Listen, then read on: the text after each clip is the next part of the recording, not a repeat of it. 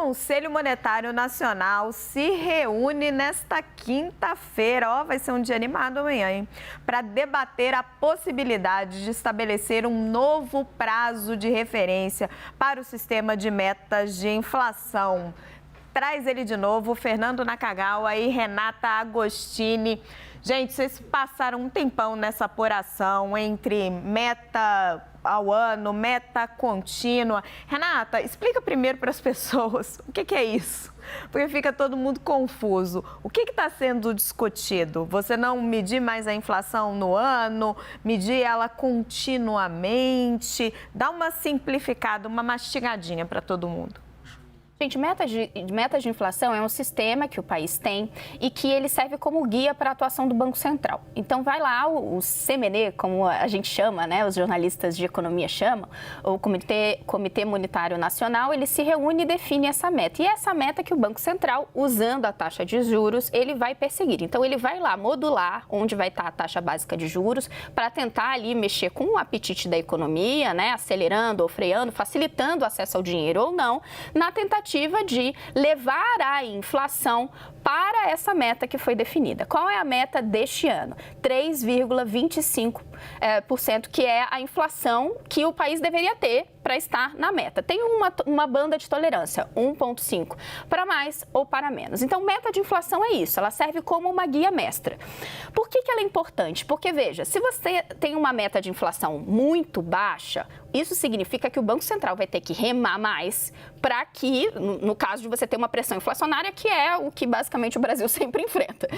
O Banco Central vai ter que remar mais e muitas vezes manter essa taxa básica de juros mais alta para que você não tenha um aquecimento da economia e uma pressão inflacionária. Então, é mais ou menos isso que a gente está falando. Pois bem, de uns tempos para cá, nos últimos anos, houve uma decisão do governo de reduzir essa meta de inflação e colocando ela para baixo. Por isso que agora ela está ali 3,25%. Agora veja, para o ano que vem ela está em 3% e para o ano seguinte ela está em 3%. Quando chega o governo Lula, o próprio Lula, mas também outros integrantes do governo começam a dizer, olha, já tem bastante tempo que o Banco Central não consegue entregar a inflação na meta, o que é verdade. Será que a gente não está trabalhando com uma meta irreal?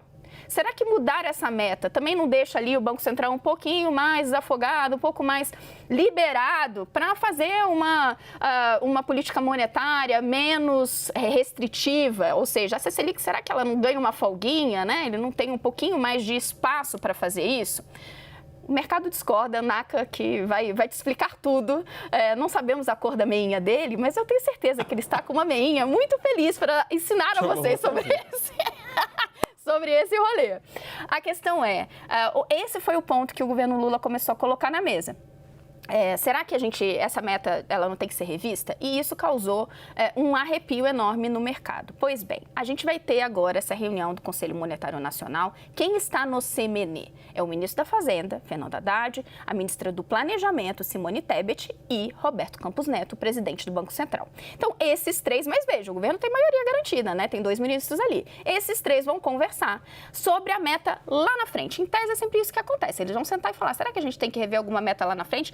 Ele não é para se debater a meta no curto prazo. E lá na frente a gente faz algum ajuste ou não? Mas, como o governo começou desde o início do ano falando, olha, essa meta aí, ela tá irreal, acho que tem que ter um debate sobre a meta, todo mundo começou a se perguntar se o governo não iria, então, atropelar o debate e já forçar uma mudança nessa meta que está ali atingida, nesse número. Pois bem, esse tipo de manobra, segundo quem está ali trabalhando muito próximo a Simone Tebet, ministra do Planejamento, e o ministro Fernando Haddad, que é o ministro da Fazenda, fazer digamos, um cavalo de pau desse tamanho, a resposta que eu tive dos dois lados foi isso, olha, surpreenderia a todo mundo. Não é o que se tem debatido, não é o que se está pensando.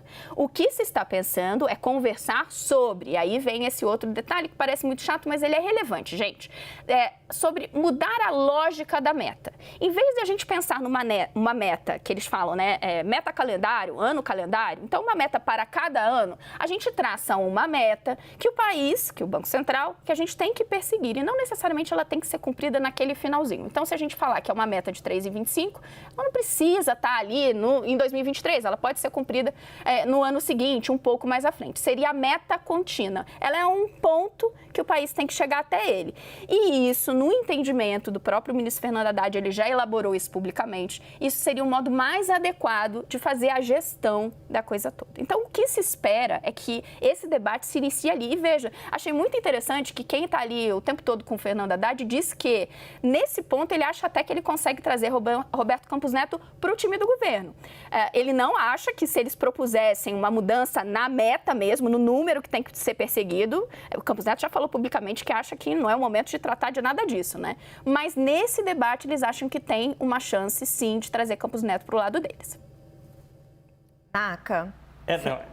Essa apuração da Renata é sensacional, porque indica que a expectativa do mundo privado, do setor financeiro, Raquel, está alinhada, assim, a expectativa está bem parecida e está todo mundo aparentemente na mesma página. Hoje de manhã eu estive com o Mário Mesquita, que é o economista-chefe do Itaú Unibanco, e ele diz, assim, de maneira muito clara, ele diz que se houver uma alteração no número, mudar do 3 para 4 para 3,5 em 2026, vai ser algo absolutamente negativo do ponto de vista da ancoragem das expectativas. Ou seja, vai bagunçar a economia, vai bagunçar o cenário.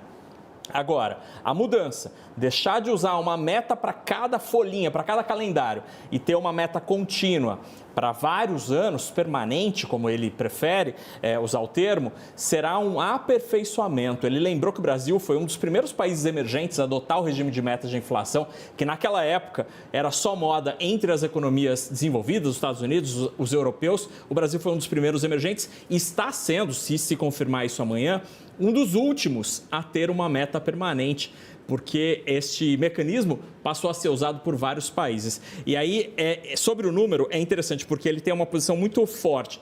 3%, Mário Mesquita acha que é adequado. Por quê? É o mesmo número do Chile, da Colômbia e do México. Só não é o mesmo número do Peru. O Peru tem uma meta de inflação de apenas 2%. É ainda mais restrita. Para Mário Mesquita, se confirmada a meta de 3% em 2026 e sem ano calendário, uma meta contínua, você reforça o cenário que indica corte do juro em agosto.